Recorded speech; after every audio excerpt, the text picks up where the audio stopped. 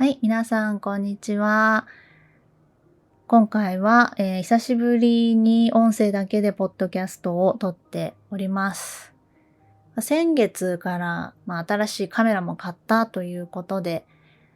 よりわかりやすくなるかなと思って顔出しでポッドキャストを撮っているんですが、やっぱり聞いてる方が海外の方がね、比較的多いということで、わかりやすさが重要かなと思うので、顔出しで撮っていたんだけど、やっぱり私の中で、ポッドキャストとか、あとラジオって、こういう声だけのイメージなんですよね。もちろんこっちの方が気軽に撮れるっていうのもあるし、だからハイブリッドでやっていきたいなと思います。でも先月は本当カメラを買ったのがすごく良かったですね。すごいいい買い物だったなと思います。今回は仕事のことだったり最近のことを話していきたいなと思うんだけど、そう、やっぱり顔出しでポッドキャストを撮る場合、何かテーマを決めて、それについて話していくのが自然だなと思って、そういう風にしてるんだけど、その前までの音声だけのポッドキャストとかって、タイトルは決まってるんだけど、結構いろんなことをベラベラ喋っていたんだよね。やっぱり私の中でポッドキャストって結構そういうイメージもありまして、だからなんか気軽に撮ろうって思った時は多分いろんなことをベラベラと喋ってると思います。顔出ししてるとやっぱちゃんとカメラ意識しなきゃいけないし、なんかね、真面目に構えちゃうんですよね。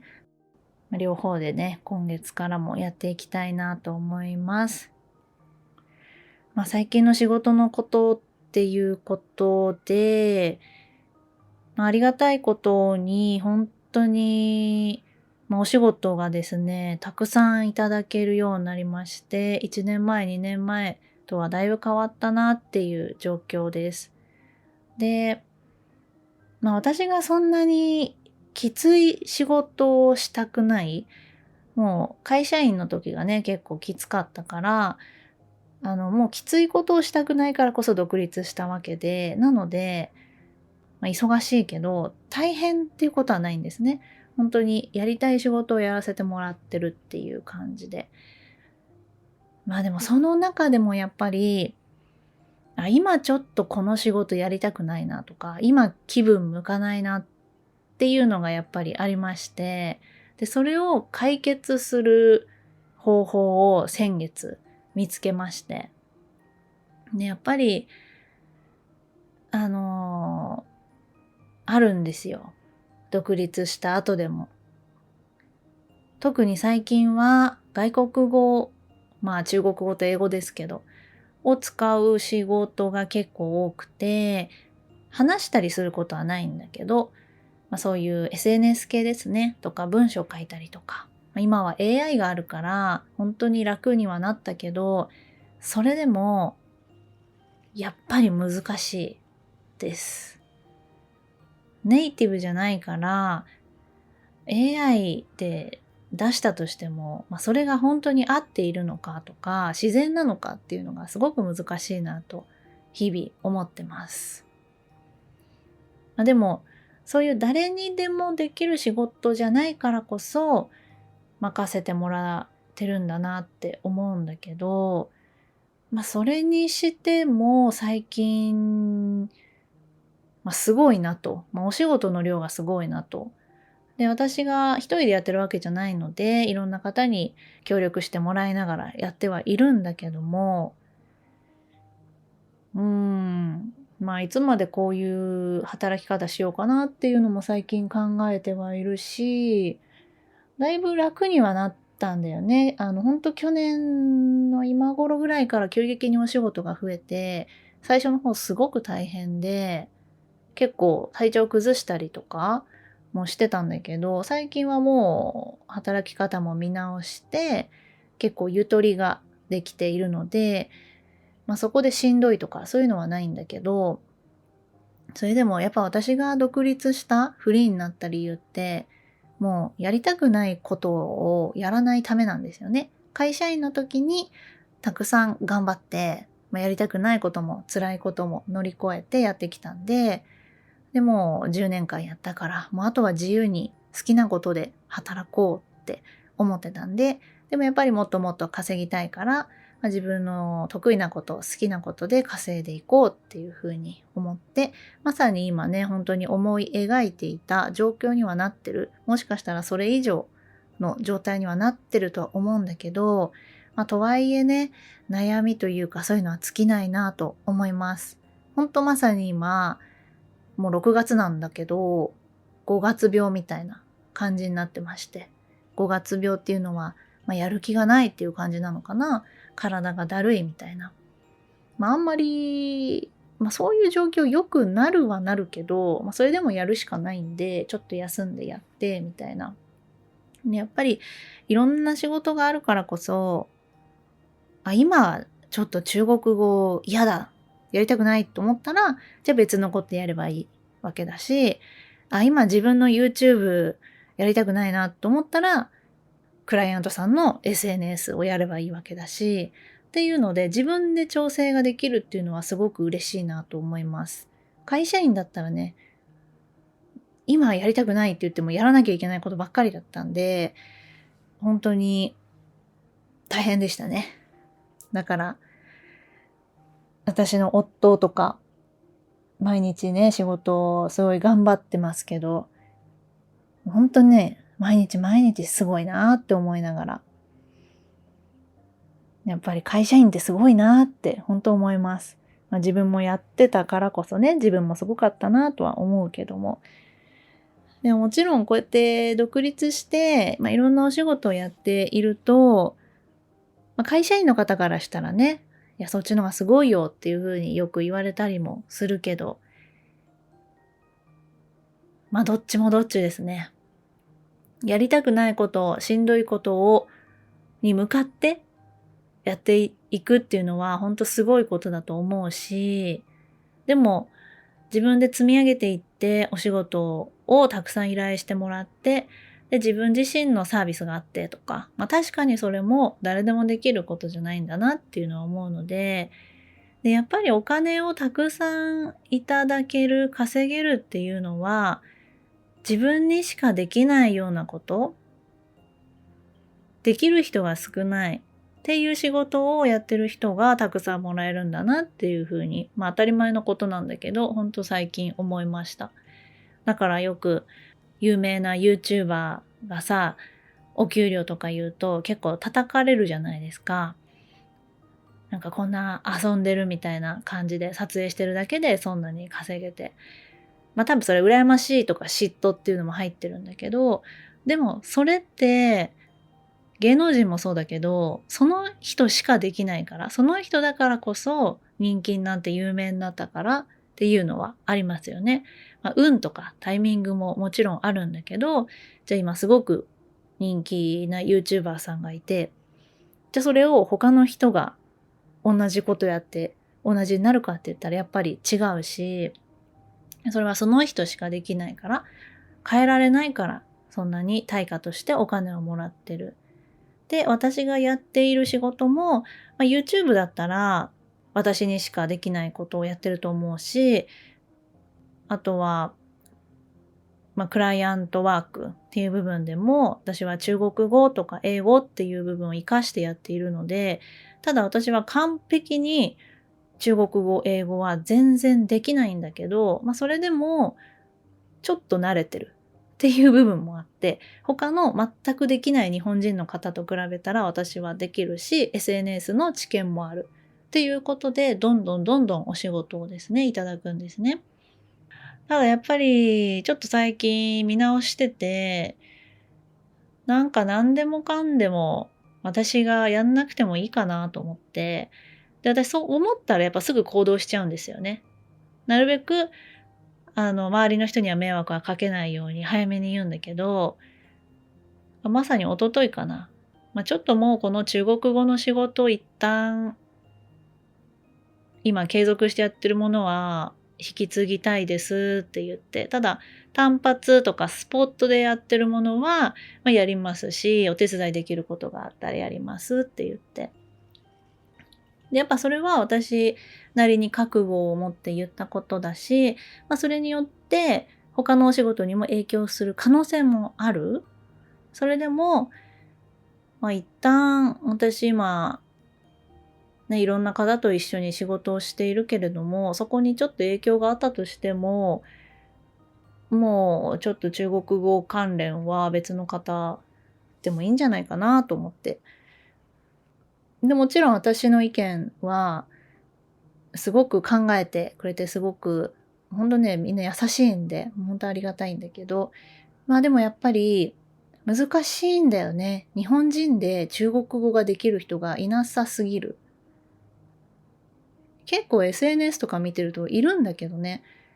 でもそれをその中国語の仕事をしたいかって言ったら、それも少ないですよね。で、私は中国語の仕事がしたいと思ったからやっているし、でも中国語ができるだけでもダメなんだよね。SNS の知識がないとダメで、そこが、正直 AI 使えばできるんだけど、その AI を使えるっていうのもみんなができるわけでもないし、ほんとこの1ヶ月間は結構考えましたね。その中で、昨日までの自分を壊して毎日が新しいっていう言葉を私、今までわかんなかったんですよ。こういう言葉って聞いたことあるかな？なんかたまに経営者さんとかがね、こういう言葉を言ってるんですよね。毎日が新しいみたいな。私、この言葉の意味があんま分かんなかったんですよ。昨日までの自分を壊して、毎日新しい自分って、それ、記憶を消すのかみたいな。全く違うことをするのか、昨日までの仕事はどうするのみたいなのをですね、これ結構私考えてて、でも、経営者の方が結構言ってるから、なんかそういうマインドなのかな、みんなって思って、なんかネットでも調べたし、で、ネットで調べると、この言葉、メンタル不調な人は、結構リセットする癖があるみたいな、そういうものが結構出てきて、本とか。リセット症候群みたいな言葉もあるけど、結構友達関係とか、人付き合いもそうだね。とか仕事とかもそうだけど、もう一旦リセットしちゃうっていう人が結構いる。でも私の中で経営者が言ってるこの発言はこういうことじゃないよなと思って。でもその感覚が私はわからなかったんだよね。でも、この一週間ぐらいでその感覚がちょっと分かった気がして、なんか、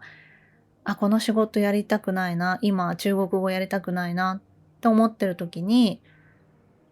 でも今まではこの仕事をやってたからやらなきゃいけないっていう考えじゃなくて、今までやってたけども、もう今日からは新しい自分だとして、これをやらないっていう考えもあるなっていうふうに思って、